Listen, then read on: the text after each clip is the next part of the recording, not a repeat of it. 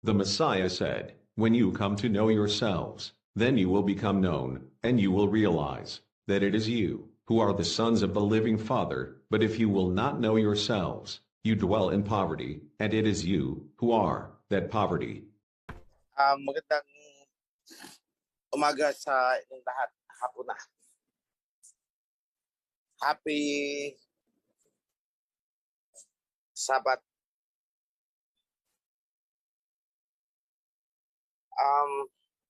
Mga kapatid, pasensya na hindi ako nakapasok kaagad. But anyway, meron akong maiksing mensahe sa inyong lahat ngayon.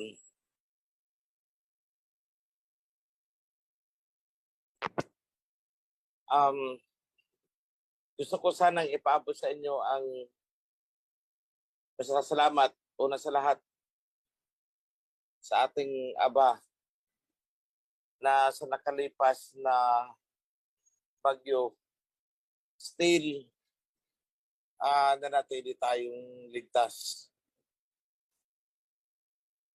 Kung meron man sa inyo dyan ang medyo nangangailangan ng tulong, alam na ng mga ating kawan social worker kung ano ang dapat gawin. So, andyan naman si Sister Shirley.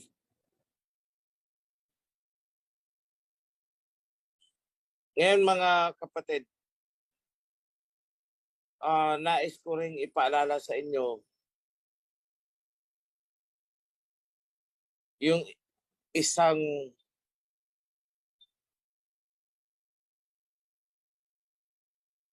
bagay na bumabagabag sa akin dahil mukhang dumadami ang cases ng pagkakasala sa laman. Still,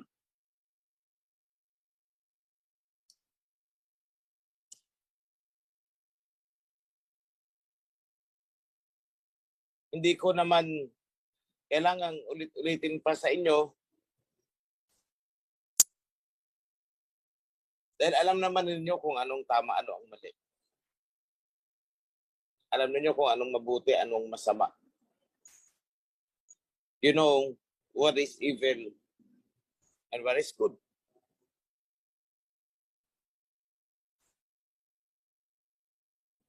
So, parang nahihiya na akong ulit-ulitin pa sa inyo yung mga ganun, pero tuloy pa rin.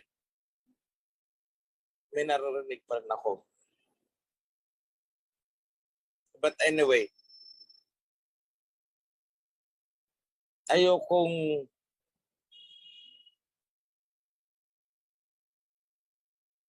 lalo na sa mga baguhan, ayoko yung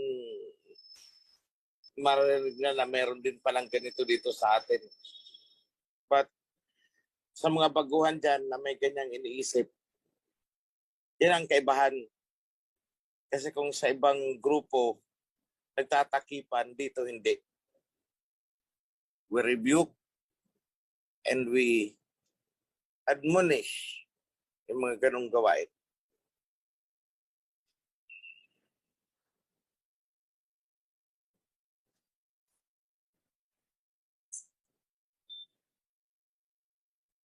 Gusto kong ipaalam sa inyo or alam ninyo, napapansin ninyo or titigan ninyo ang isa pang mahalagang bagay na baka unaware ang iba. Ongoing ang construction ng ating temple.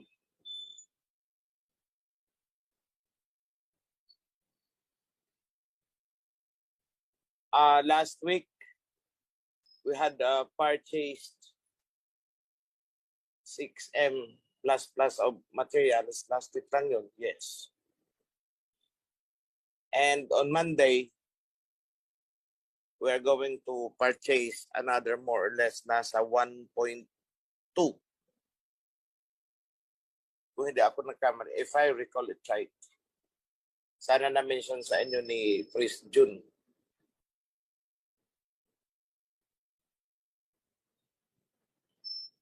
I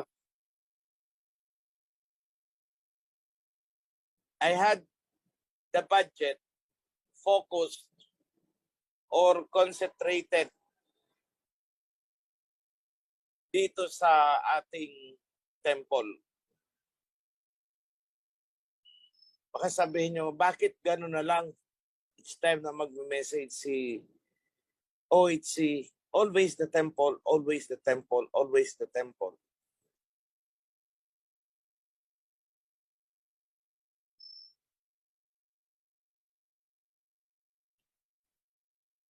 Sa mga hindi ganong na-appreciate yung value ng temple, yung kahalagahan niyan, ipaparealize ko sa inyo ngayon. Why? Bakit sobrang top priority talaga?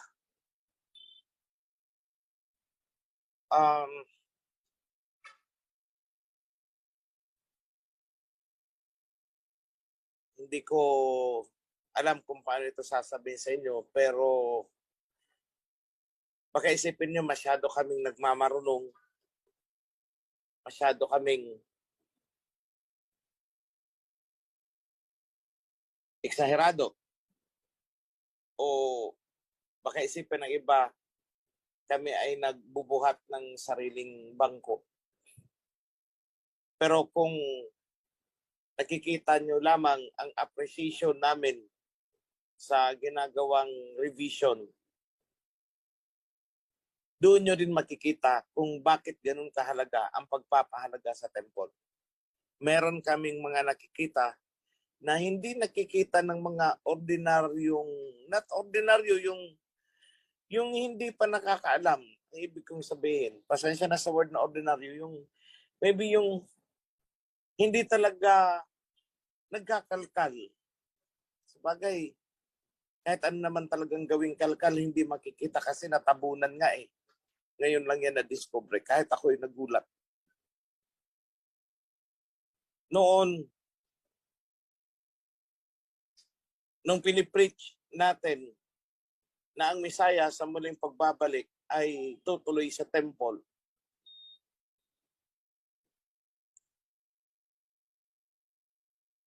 yun ang ini-instruction ko sa mga priest.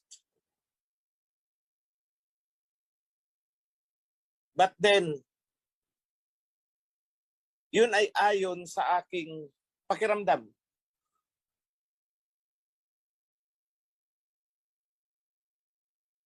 Wala pa akong nakikitang konkreto na word for word, wala akong nakitang eksaktong verse na talagang sa temple pupunta ang Misaya. Wala. Yun na isang interpretasyon lamang. Isang sariling kuro-kuro, isang sariling opinion, if you want to call it that way. Opinion.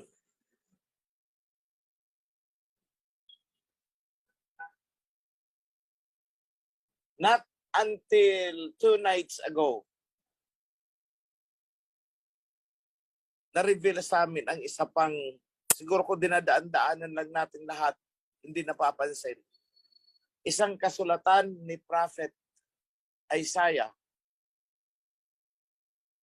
na sinang-ayunan din ng mga kasulatan ni Prophet Ezekiel.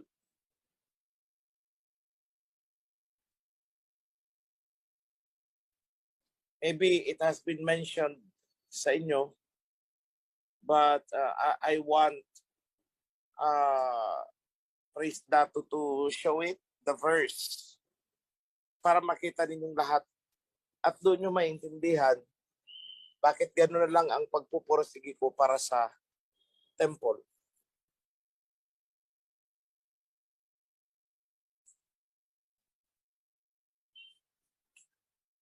Marami kasi sa atin ang nag-aakala na ang mga sinulat ni Prophet Isaiah ay natupad na.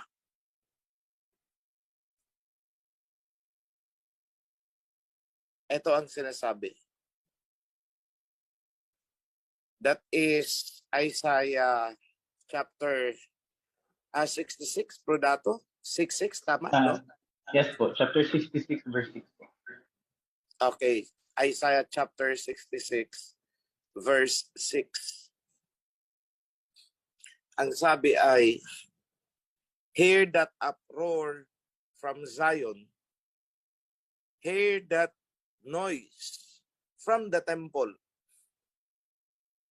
It is the sound of the Son of Yahweh the Alahayam, repaying his people all they deserve.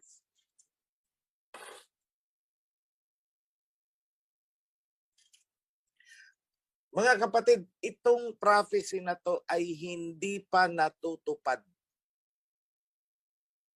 Dahil nung ang Messiah ay isinirang dito, hindi niya pa ginawa na magbigay ng rewards or i-repay yung kanyang mga tao, tayo, ng Israelites. Hindi niya pa ginawang magbigay ng rewards sa temple. Wala, di ba? Basahin nyo nung naandito siya. Yung mga Gospels. Never niyang ginawa na, oh, ito ang sayo, kasi this is what you have done, ito sayo. No. Nag-jibe ito sa Book of Revelation na ang sabi ay sa kanyang pagbabalik, ibibigay niya ang mga reward. And I will give you the crown of life, etc., etc. Pero dito, hindi natin ito napansin kasi sa originally corrupted version, ang nakalagay dyan is, hear that uproar from the city. Pero ito word for word, hear that noise from the temple, na andun.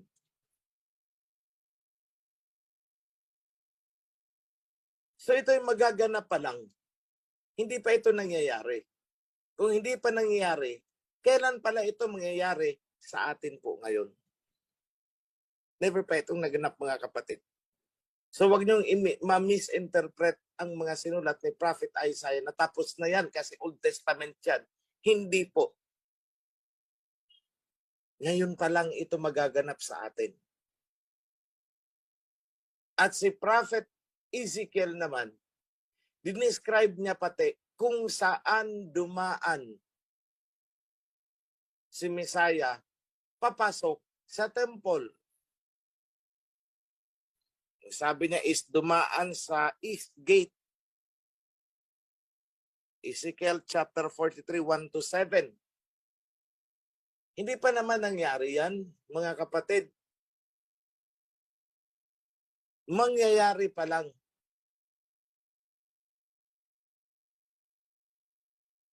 Noon, ang alam lang natin is yung sa Malachi chapter 3, verse 1. And the Son of Yahweh will enter His temple.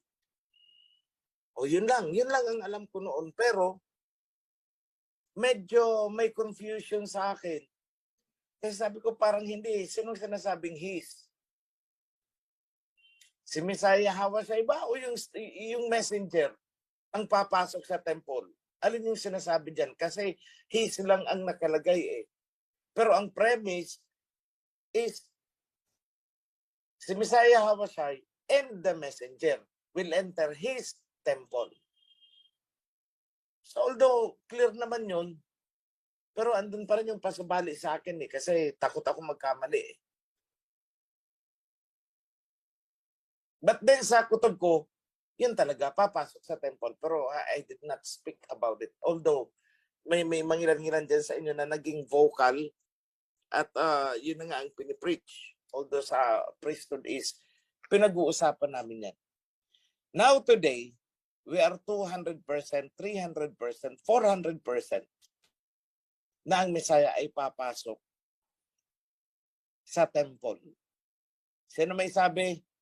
3 prophets na ang nagsalita. Prophet Malakay, Prophet Isaiah, Prophet Ezekiel. So ngayon, alam na ninyo kung bakit gano'n na lang ang pag-prioritize natin na matapos ang temple. Dahil bahagi po yan ng preparation. Now,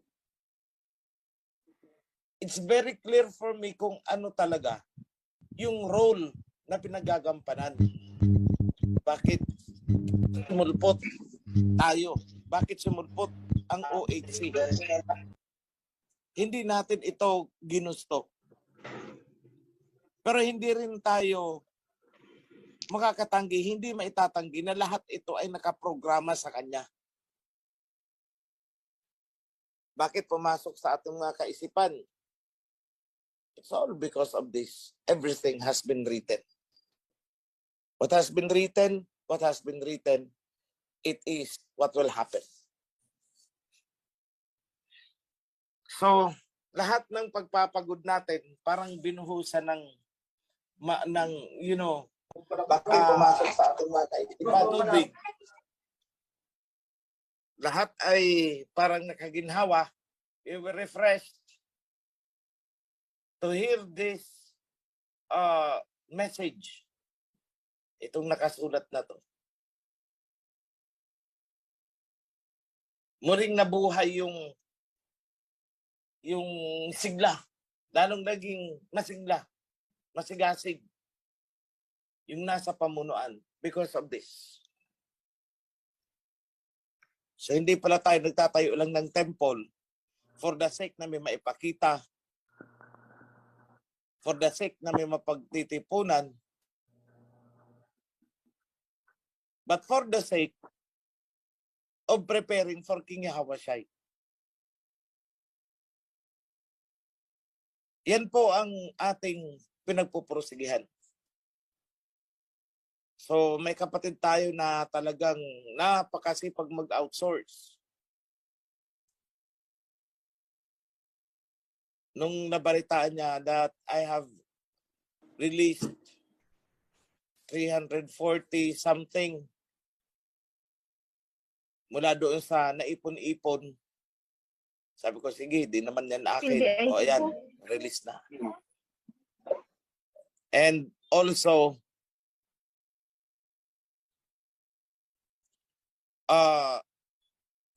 yesterday, another 300 something, nagpa-release ulit ako. Kasi napansin ko numinipis yung ating funding para sa temple. So yung isang kapatid natin kagabi, ayoko sanang pangalanan si Bro Kong, pero nadulas na ako eh. Bro Kong, pasensya na. So, he gave me additional funding. Bahala ka na. Pero tulad ng sinabi ko mga kapatid, hindi natin ito pwedeng iasa sa iisa, 2 tao, 3 tao, o 10 tao na talagang buhos ang pagpupursige na maitayo natin ang temple. I want everyone na tulungan kami. Ako'y nananawagan sa inyong lahat. We need your help. In one way or another. Habang tumataas ang cost of materials, nataon din na nasa second floor na yata. Pataas na tayo eh. I hope na ipakita na ni Prime. Pataas na po tayo. Nakikita na ninyo ang shape, how it will be pagkatapos ng temple. So, sa existing structure ngayon na natapos, more or less, mai-imagine na ninyo, mabivisualize ninyo, ganito pala, ito talaga katindi itong project na to. Yesterday, sina Priest Mark ay inutusan ko din na pumunta ng Pampanga to prepare, maghanap ng magsusupply ng mga kagamitan for the temple. Those are special mga fixtures. Yung may mga carvings yan and nababalutan niya ng ginto. Kagaya ng cherub. Yan, naghanap na tayo ng mga sculptor na gagawa nun.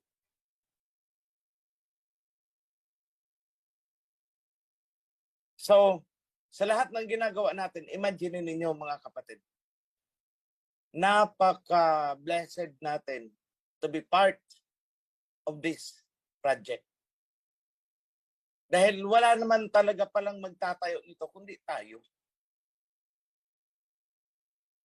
Buong mundo, inaayawan nila ang pagtatayo ng temple, kasalanan daw. Paano naging kasalanan ang pagtatayo ng temple para sa Aba? Sinabi ng Aba na, ako'y babalik, ang anak ko ay babalik dyan. Ihanda nyo ang kanyang pagdating, paghandaan nyo.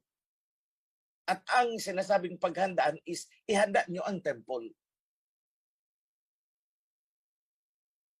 With the construction of the third temple, magkakaroon ng sudden change of events. Magbabago ang ihip ng panahon. I tell you, we are really fulfilling the end time prophecies. Hindi yan claim. Dahil nakikita nyo, nahahawakan ninyo, naaapakan ninyo, naririnig ninyo, at na-observe ninyo personally, right before your eyes, kung paano na-fulfill ang mga kasulatan sa atin ngayon. And this is very significant na natagpuan namin ito. Isaiah chapter 66, verse 6. Kaya pag narinig ko si Priest Mark, payagan mo ako, mahal na hari. Ako ang magsasalita. Sasabihin ko sa kanila, wag yung kung may natira. Ibuhos na nila kung ano ang makakaya nila. Para matapos ito lahat. Ewan ko si Priest Mark, bakit parang day and night yun ang sinasabi sa akin. Sabi ko, no. Ako ang dapat magsalita tungkol sa bagay niya. So, ngayon, meron tayong isa pang concern. Even now, habang kayo ay pumupunta dyan, lalo na taon na nag-ulan-ulan, lumulubog ang sasakyan. Minsan, hindi nyo na alam kung saan kayo aapak dyan sa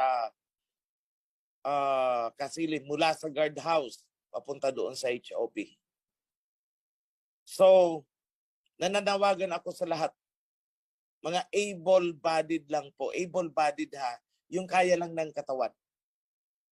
Able-bodied. Once a week, magkakaroon tayo ng bayanihan para sa pag-aayos ng kalsada na yun. Mula doon sa guardhouse, papunta doon sa HOP, yung nalulusak pag dinadaanan ng sasakyan o nilalakaran. Once a week lang po tayo magtatrabaho. Sunday. So, nananawagan ako na sa mga gusto mag-volunteer. Kakamadahan natin yun ng mga bato. Hindi na kailangan ibayad pa. Kaya naman natin eh. Kukuha lang tayo ng isang magsusupervise na marunong sa road construction. O kaya isa pa doon sa magmamasa ng semento. But the rest, mga pagpapala-pala, pagdadampot ng bato, pagtatambak, tayo na yun. So nananawagan ako sa mga chapters na malapit dito. Or I am endorsing this to sino kaya pwede kong ito. I will let you know. We will let you know. Kung paano natin i-utilize. One chapter per week. So doon na mag-overnight ng Sabat, ng gabi. The following day, trabaho tayo. Then in the evening, uwi na. So hindi po tayo mag-i-stay in doon kasi wala tayong matutulugan doon. So ngayong na to, ngayong week na to, kunwari, bukas, makapagtrabaho tayo kunwari ng isang metro. Then the following week, isang metro na naman ang nagawa. The following week, isang metro. Hindi natin mamamalayan, mga kapatid. In a few Sabbath siguro ko, sabihin natin, mga 3 buwan, 4 na buwan, tapos na natin ang kalsada. So, the more volunteers, the better. Pero as I had said, yung mga ano na lang, may kakayahan ang katawan. Then for the materials, yung iba dyan, kung kaya ninyo kahit isang sakong semento, sponsor nyo para doon sa kalsada. Yung may mapapagkunan ng graba, let us know. Grabe po ang pagtaas ng graba ngayon. So kung may mga alam kayong supplier na medyo mura, kailangan din natin yata ng mga panambak. Kindly coordinate na lang kay Priest June. Yung dati kasi natin na binibili ng 1,300 per cubic meter, ngayon ay 2,000. So, nai-imagine ba ninyo, mga kapatid? That is why yung projected budget, kailangan talaga nating, mag-adjust. That is where the headache comes in. Pero sige lang, kaya natin ito, mga kapatid. And we need to do this. Sama-sama, tulong-tulong. So, another thing na gusto ko pang kung nakikinig man ang mga concerned people dito, sana wag kayong masasaktan. Last week, may pumunta doon, hindi last week, this week lang pala na nakatalikod. Miyerkules, Martes. Ayoko naman bigyan ng kahihiyan. Pero, mga kapatid sa mga babae, pumunta doon at ang sabi ay kailangan daw ako makausap dahil siya daw ay pinapunta na doon ng aba kasi kaming dalawa daw ay nagmamahalan. Sabi ko nga sa naghatid sa akin ng balita, sabi ko buti pa siya, alam niyang nagmamahalan kami, pero ako hindi ko alam. Mga kapatid, lalo na sa mga babae, huwag kayong maghahangad ng extra mile, na extra closeness mula sa akin. That will never happen. Love me from a distance. Pero yung more than that, no. Love me within the covenant, by the spirit of the covenant. But more than that, nothing could happen. Hanggang dun lang. Kasi pag hinangad ninyo, matuturning ang inyong pag-iisip. Gaya nga ng paulit-ulit kong sinasabi sa inyo, ang dami kong gustong sabihin, ang dami kong gustong ituro. Pero hindi kakayanin ng inyong pag-iisip Kahit sa mga video ko noon, tingnan nyo, there are 2 or 3 videos kung saan binitawan ko, I have so much more to say, to tell you, more than you can bear. Nangyayari Tingnan nyo, parang ayokong isipin na nasisiraan na ng bait. There are 4. 3 or 4. Oh. Yung isa naman pumunta doon. Siya daw si Mariposa. Siya ay pinapunta ng aba. Siya daw si Queen Elizabeth III. At kailangang makausap ako. Kailangan daw magkakilala. Kasi kung ako ang king, siya naman ang queen. O anong gustong palabasin? Mga kapatid, nasisiraan ng bait. That is another lady. Meron pang isa, muntik pang hiwalayan ang asawa. At sa akin na lang daw, sasama. Mga kapatid, huwag niyong sisirain ang pamilya ninyo. Just because of your fantasy. That will not happen. I will not tolerate that. Hindi ako si King Solomon. Pasensya na.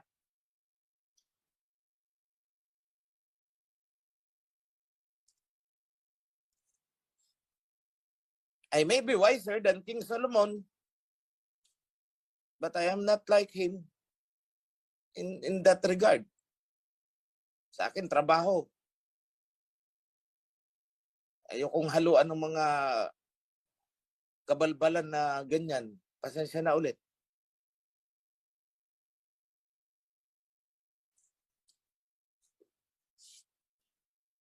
Oh, meron din yan. May mga ilan-ilan na feeling close naman sa akin. Gaya ng sinabi ko, kung gusto mo maging close sa akin, gumawa ka ng tama. Yun, magiging close ka sa akin. Pero the moment na iba na ang ginagawa mo, automatically, nawawala ka sa akin. When you are no longer aligned, wala na. Para kang pangsaksak sa, yung kuryente, di ba? May saksakan tayo, may sakit. The moment na iba na ang ginagawa mo, para kang in-unplug sa akin. Ganun yun. But the moment na tamang ginagawa mo, nandyan ka. You are supplied with energy. Gumawa ka ng sarili mong kilos, puputok ka. Why? Kasi hindi ka na nakasynchronize sa akin. Marami dyan, pumutok. Nag-short circuit. Kasi iba ang ginagawa.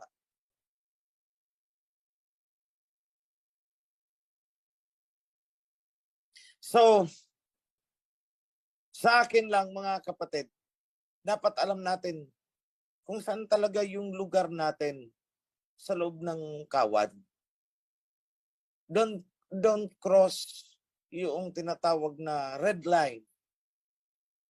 Lahat tayo may hierarchy. Let's face the truth. Huwag nyo nang iisipin na pantay-pantay lamang. No, that is not true. Gumising kayo sa katotohanan, walang ganun. Kung ang mga daliri mo nga mismo, hindi pantay-pantay yung mga tao may matangkad, may bansot.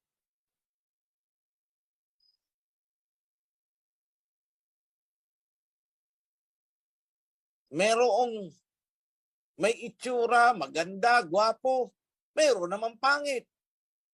Paano masasabihin pantay-pantay lang tayo? That could not happen. Mismo kahit ang mga angels, hindi yan pantay-pantay Kanya-kanya sila ng mga ranggo. Bakit sasabihin mong pantay-pantay? Alam nyo kung sinong pinanggalingan ng pantay-pantay na yan? Si Lucifer. I will ascend the heavens. I will sit in the throne. Feeling nga lagi, yung authority ng kaharap niya is kapantay siya or higit siya. Sa mga nagkora-kora, saan sila ngayon? Bakit sila nalaglag? Kasi sa paghahangad na pantayan ako hindi nga pwede. Uuhan man kita noon, oo na lumalabas sa ilong. Yung pag-oo ko is in another aspect. Because kahit si Abaya Hawa, merong namumukuntangi sa kanya. Tingnan nyo. Ang sabi is, long before you were born, I know you, and I set you apart. I set you apart. Ibig sabihin, hindi pantay-pantay. Meron siyang itinatangi. Kasi kung pantay-pantay, hindi niya nagagawin. Bakit niya pa isi-set apart when he can pick up anybody? Di ba? So, huwag na pong hangarin ang pantay-pantay.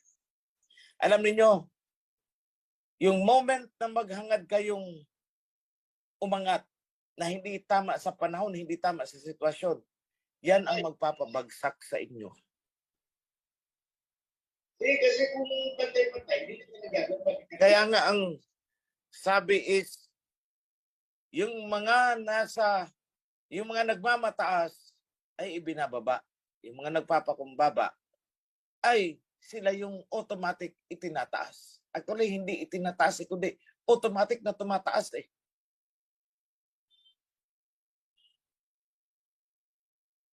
Tingnan nyo, I will give you an example. Yan si Prime Senate. Yung unang nagdesisyon na ako na, o sige na nga, nagkakagulo na kayo, nag-aaway-away na kayo, nagbabantaan na kayo. Sige, pangungunahan ko kayo.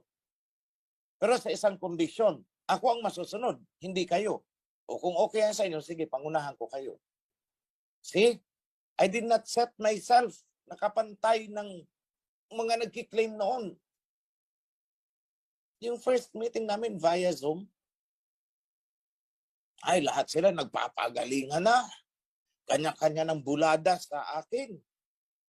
Gusto lahat ay mapansin. Pero alam niyo si Prime Senate wala, hindi umimik hanggang sa natapos ang meeting. Panay lang ang kain niya doon. Kain siya ng kain. Nakikinig lang siya.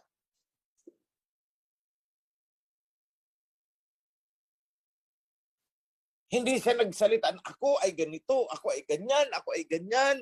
Bro, ito ang mga ano ko. Wala. Samantala ang mga kasama niya ay nagpapayabangan na sa harap ko. So what I did, ito ang taong gusto ko. Siya ang maging president, siya ang maging chairman of the board. Ay, hindi makapaniwala, gitla ang lahat.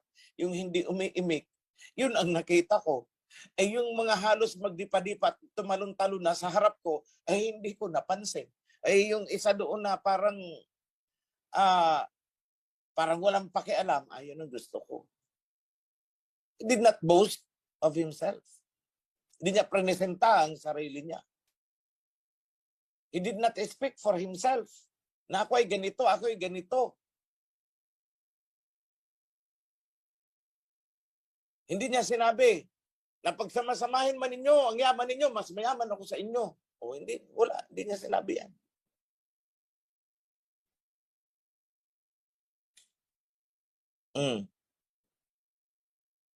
But there is one very specific time.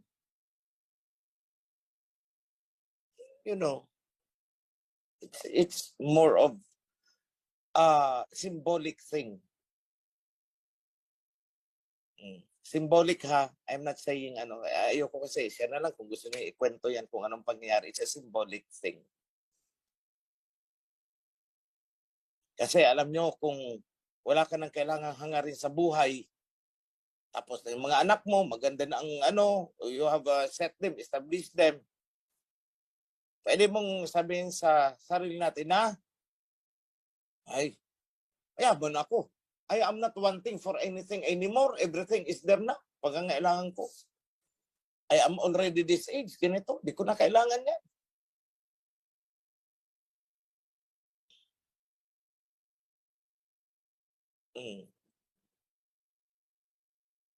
So it's humility.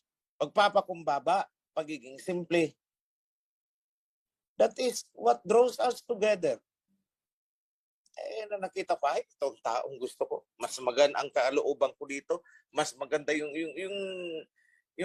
maganda ang loob ko sa taong ganito. Meek.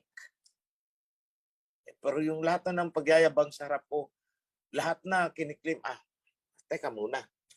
Para hindi yata tayo magkakasundo niyan.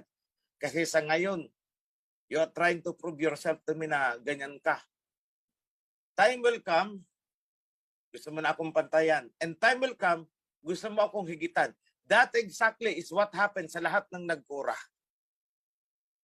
Kumuha ng mga alipores nila. Gusto maging in power. Kapag mga kapatid, hinangad ninyo na gusto ninyo maging in power, na maging mapunta sa isang posisyon,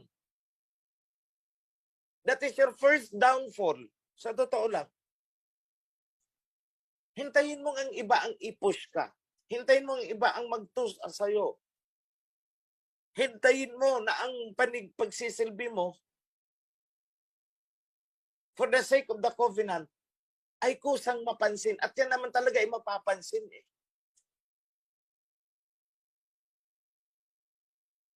Pero yung you do this and you do that, eksena ka dito, eksena doon, eksena dito, eksena doon. Ay, lalo na kung yung ginagawa mo ay wala na sa mandato, nakadisalign ka na, malalaglag at malalaglag ka talaga. Kahit ikaw ay priest na, malalaglag ka. I tell you. Pangunahan mo ang decision making sa taas, malalaglag ka. Why? Kasi ipinantay mo yung sarili mo sa taas. Feeling mo, you have the authority over and above. Kaya ikaw na ang nagdesisyon. Yan ang ikalalaglag mo. Because that is not how the divine kingdom works. May hierarchy tayo. Para tayo nasa military. Kung anong sinabi ng chief of staff, yun ang i-echo pababa. Hindi pwede na dito kayo, lulusob kayo, gaganito kayo. Na walang basbas galing sa taas, walang go signal. If you do that, you are a lost command. Yan ang mga nagkora. They are lost command because they are following their own idea, their own thoughts. Eh anong nasusulat? Your way is not my way. Your thought is not my thought. You have only plain human concern. O yan ang paulit-ulit na sinabi ng Messiah. Eh.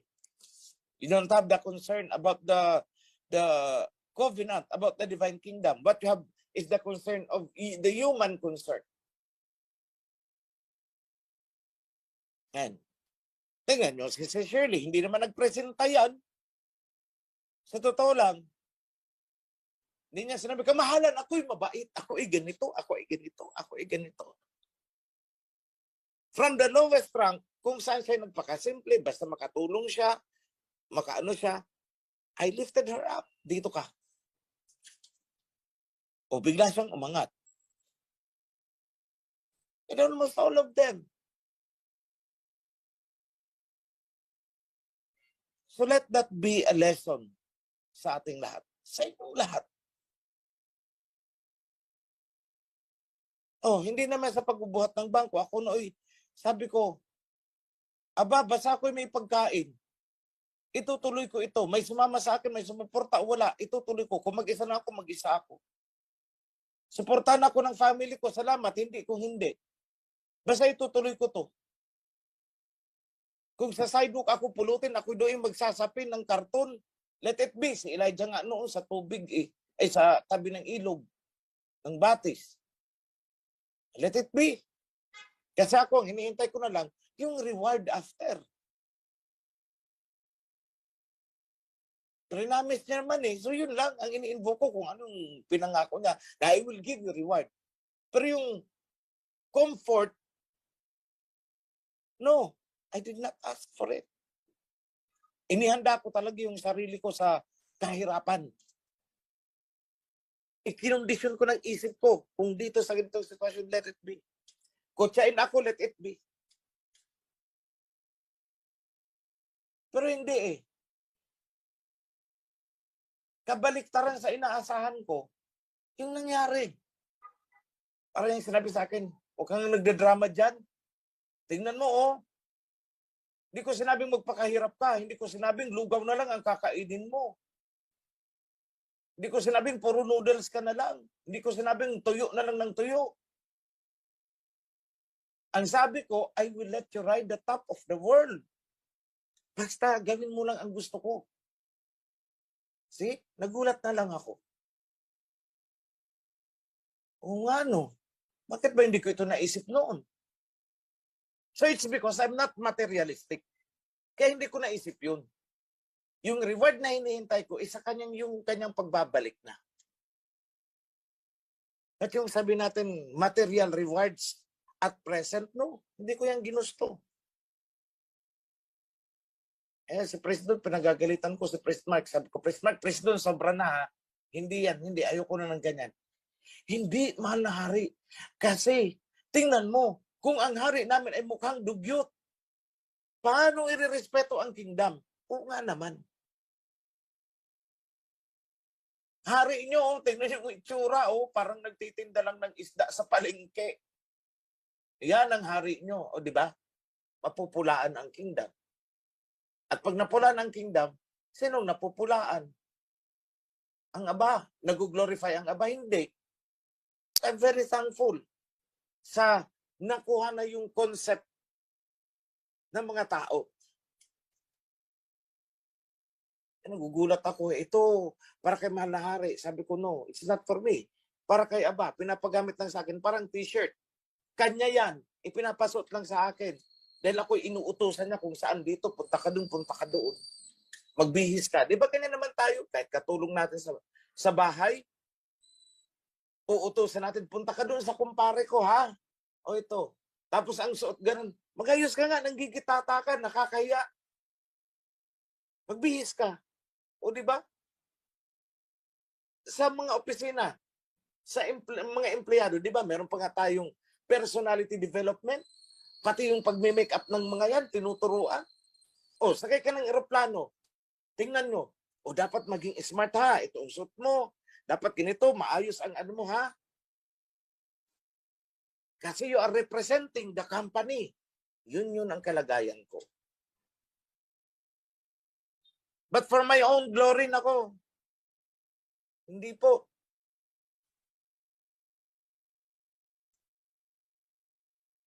Kami Prime Senate, masaya na kami. Basta may kanggus doon.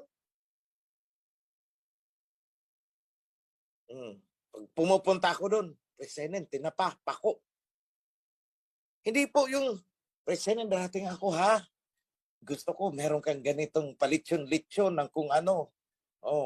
Lechon manok ang sinasabi ko. Prime, gusto ko may ganito. Ay, masarap ang ganito, Prime. Hindi. Yung taste buds ko hindi nagbago. Ganun pa rin.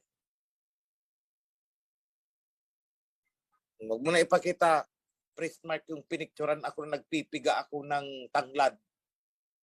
Naggulay ako ng tanglad. Naggulay tuloy ng tanglad. Naggulay ako ng langka. May sapin na tanglad. Yung tanglad, pinipiga ko. Ang sarap kaya. No? Still the same. Hindi magbabago ang taste ng isang tao. Kahit ikaw ay napakayaman na, kahit ginto ang kutsara mo, ginto ang pinggan mo, still, kung galunggong ang paborito mo, galunggong ang ilalagay doon. I tell you, hindi nagbabago. Sa mga kapatid, bago ako mapalayo, ako'y muling nananawagan sa inyo, umaapela ako sa inyo. Sa may kakayahan, hindi ko sinabing pinipigaw ko kayo, no. Lalo na yung mga pumupunta dyan sa Mount Zion. Nakikita nyo ang daanan natin. Once a week, magbayanihan tayo. Magpapabili ako ng ikakamada doon. Ayusin na natin yan. Para hindi kayo lulusong-lusong pag-apak nyo, putik. Hindi mo na alam kung ang tutungtungan mo is ilulubog ka o ano. We have to do it. 1 meter per week, 1 to 2 meters per week, kaya yon. I think meron ng nagko-commit tutulong para sa semento. Yeah. So nagpapahanap na lang ako ng mga graba at saka yung maliliit na boulder. Kakamada natin yan. Lahat naman yan, pag pumunta kayo doon, dadaan dyan. So kahit pa paano mag-picture taking ka na. Ito yan noon, nung wala pang semento dyan, kami ang nagkamada, mag-picture taking na kayo doon. Chapter ganito, kami ito. Kami ang mga nag-volunteer. Kung may babae dyan, tumulong na lang kayo sa pagluluto.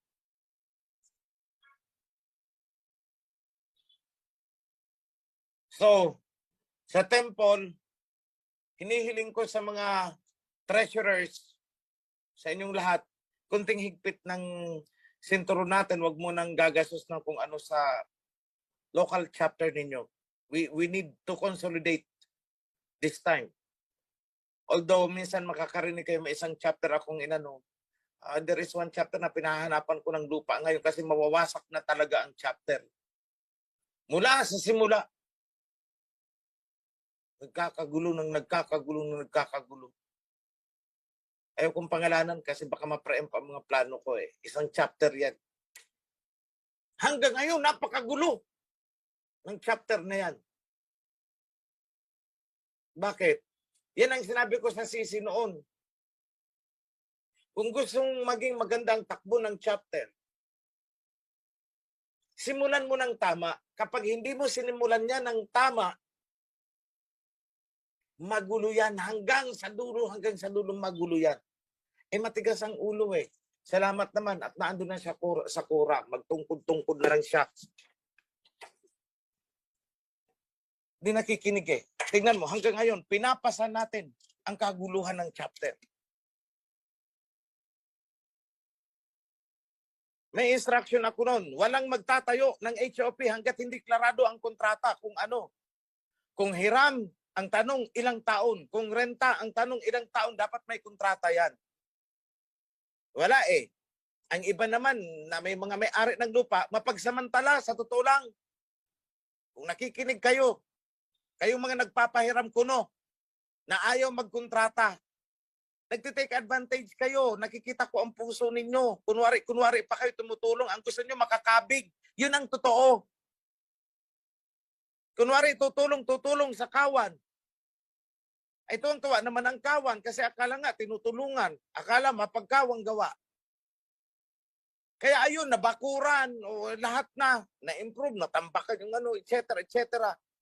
At dahil walang kontrata, ay, kinukuha na ng anak ko, pasensya na. Sa anak ko kasi ito eh. Pasensya na ha. Kailangan nyo nang umalis. Style mo, bulok. Ganid. Tumataba sa pagkaganid. Ang style ng mga ano eh. Bakit? Anong nasa kasulatan? Let your yes be yes and your no be no. Matagal ko nang tinatanong. O sige, kumbaga talagang mabait ka. Bakit ayaw mo ikontrata na 5 years kung 5 years, 10 years kung 10 years? Bakit ayaw mo? Kasi may plano ka eh. Na kapag na-improve na ang lupa, palalayasin mo na. Kaya ayaw mo ng kontrata. Yun ang totoo. Huwag tayong magplastikan ha. Kung nakikinig ka man sa akin, hindi po ako tanga. Style mo.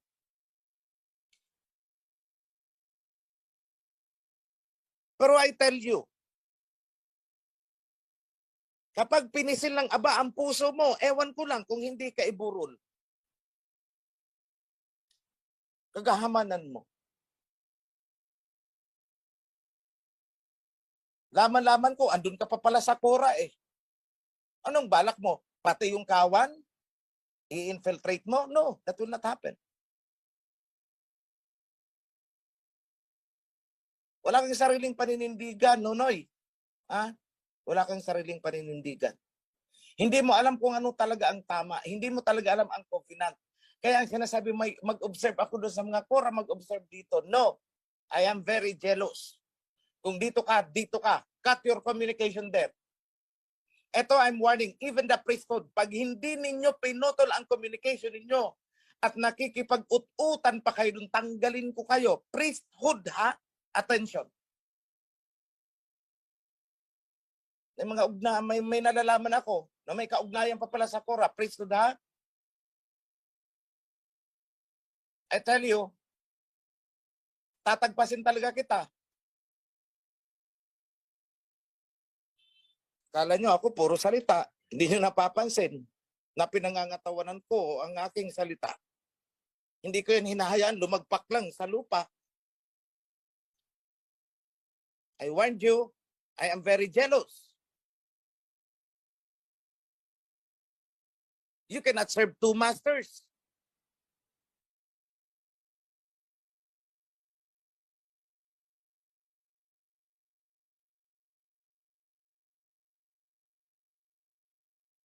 You cannot serve the Alhayam while the desire of your heart is on the material things.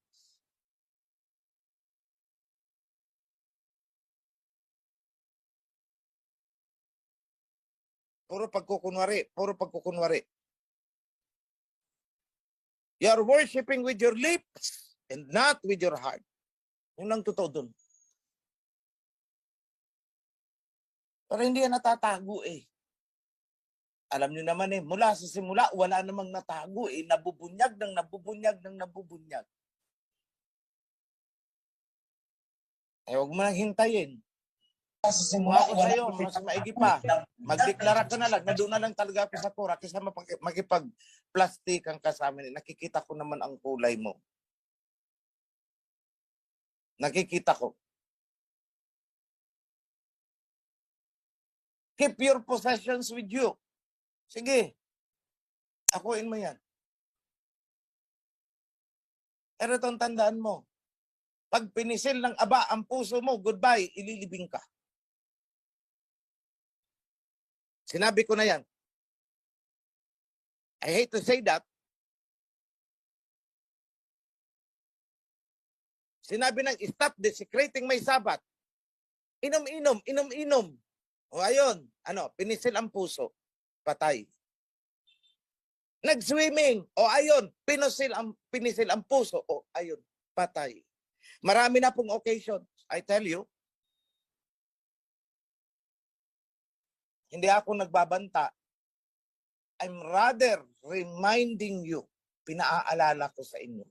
Baka kayo ay nakakalimot. Nung pinasok ang covenant, pangatawanan mo.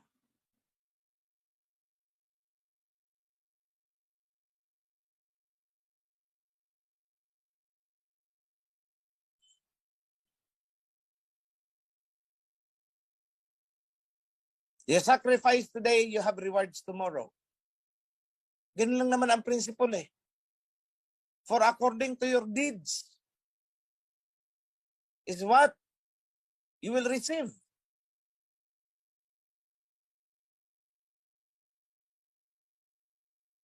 Yung nagsisilbi ka na talagang out of your heart.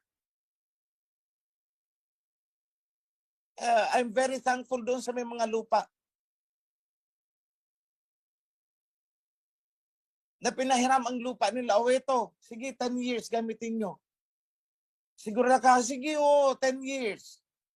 Pero pag 10 years ha, maghabang nasa maghanap-hanap na kayo ng anuhan kasi talagang kailangan ng anak ko yan, magtatayo siya din ng ganito. O ayan, magkontrata tayo. O within 10 years, hindi kayo pwedeng paalisin. Ilagay natin sa kontrata notaryado. Yan po ang matinong kausap. Hindi kagaya mo. Kung sana nakikinig ka.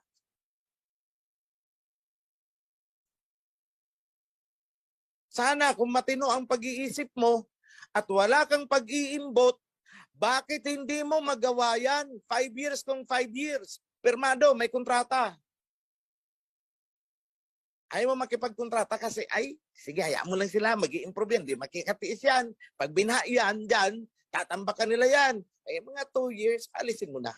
Gawa na kayo ng kaguluhan. Magulo kasi kayo, kaya alis na kayo. Style mo. Pero actually, you are one of those who are making trouble there. Kunwari ka pa.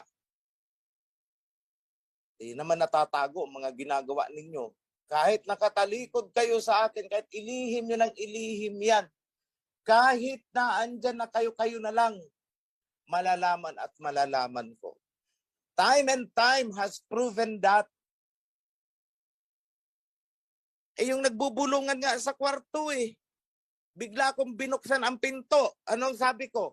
Oy, kayo ha, nararamdaman ko yung pinag-uusapan ninyo. I'm warning you. Sabay, isara ko ulit ang pinto. Because I'm having a conference outside. Binuksan ko ang pinto. Oy, pinag-uusapan nyo. Nararamdaman ko yung pinag-uusapan ninyo.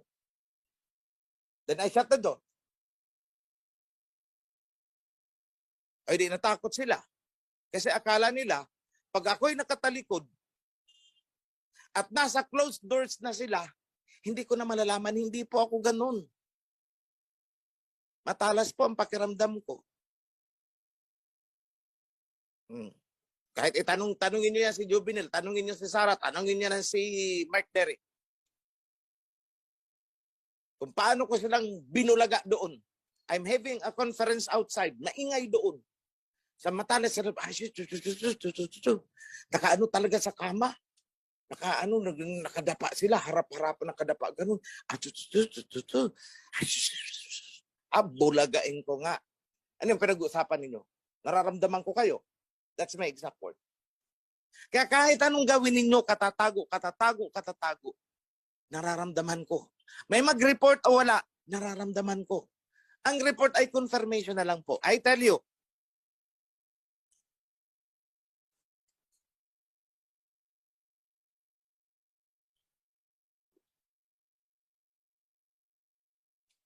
so para sa may mga hindi magandang pinaplano, pansariling plano, mag-isip-isip kayo, better pack up and get out of the kingdom.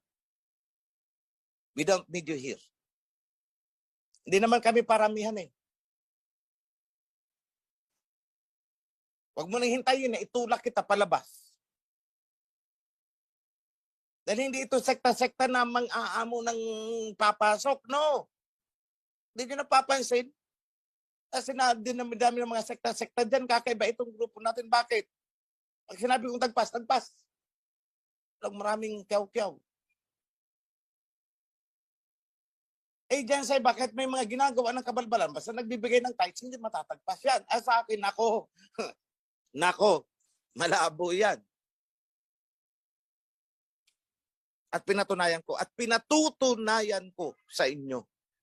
We exist by virtue of righteousness and not by virtue of money and material things. No.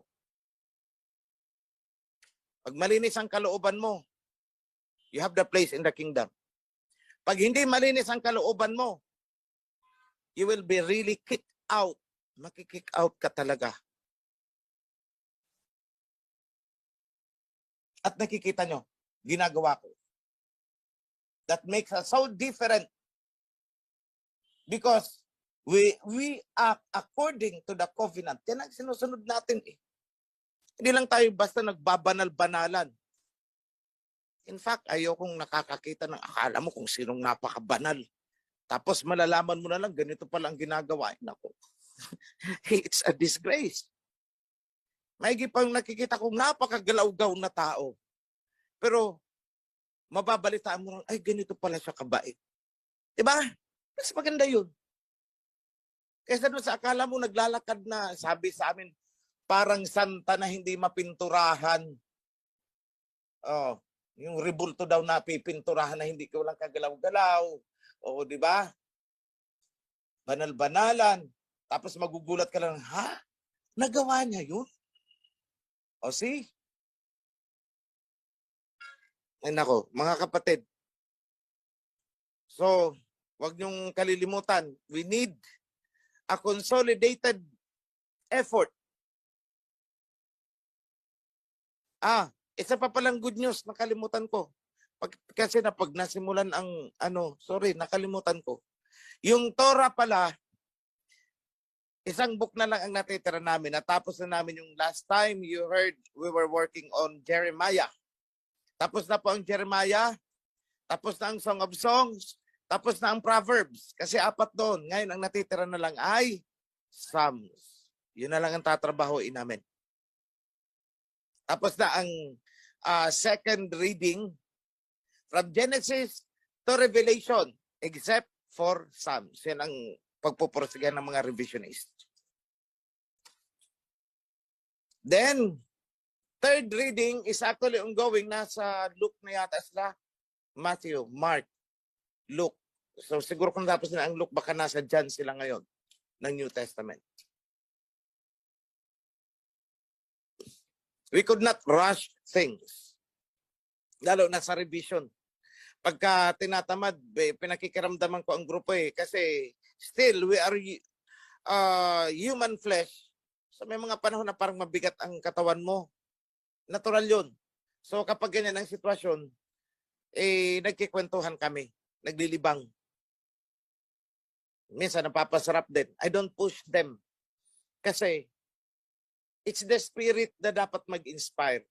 So kapag wala talaga ang spirit ay kahit anong piga mo sa sarili mo, kahit ako nararamdaman ko yan eh. Kahit anong piga na gawin ko, kahit anong tulak ang gawin ko, hindi productive.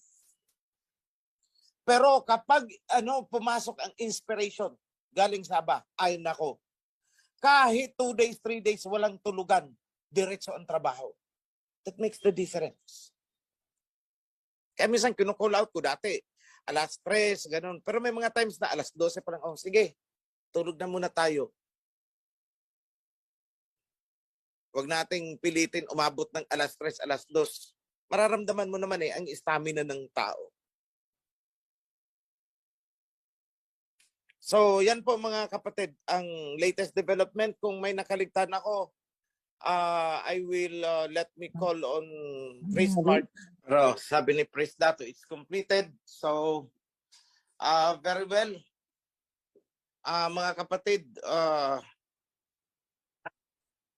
it's, what time is it? 1:18. So we have a few hours more. A few minutes more. So mga kapatid, raise up your hand. I want to pronounce a blessing.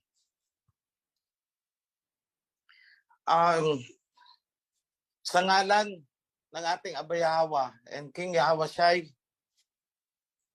I pray and I extend this blessing sa inyong lahat, mga kapatid, mula sa Prime Minister hanggang sa mga volunteers natin, hanggang sa mga officers, at hanggang sa household ng lahat ng kapatiran na sa ngayon ay naririto sa atin. Kasama din yung mga kapatid natin na kung sa anumang dahilan ay hindi nakapasok sa Zoom, kung may karamdaman, nasa mahirap na sitwasyon, let them be included in this blessing. I pray and I bless, I extend the blessing for safety, kaligtasan ng lahat, lalo na't ngayon na napapadalas ang ating mga bagyo, mga sakuna. A good health, maayos na pangangatawan, mga pangangailangan na natutugunan. Hindi man karangyaan, mga pangangailangan na lang sa buhay. Let me pronounce peace, tranquility para sa mga pamilya na ngayon ay may pinagdadaan ng sigalot. Doon sa mga iniwan ang kanilang mga partner dahil ang kanilang partner ay nagkora, let me bless them. Para sa mga chapters na may pinagdaan ng mga sigalot, let there be peace among you. Unity and strength. Mabuklod-buklod tayo sa ngalan ng covenant. All of this as we prepare para sa pagbabalik ng ating Messiah, King Yahweh Shai. So let it be, mga kapatid, lahat tayo, wala na sanang mamawala. That I pray and I extend the blessing in the name of King Yahweh Shai, our King of Kings. Yada. Be blessed, mga kapatid. Shalom. Happy Sabbath.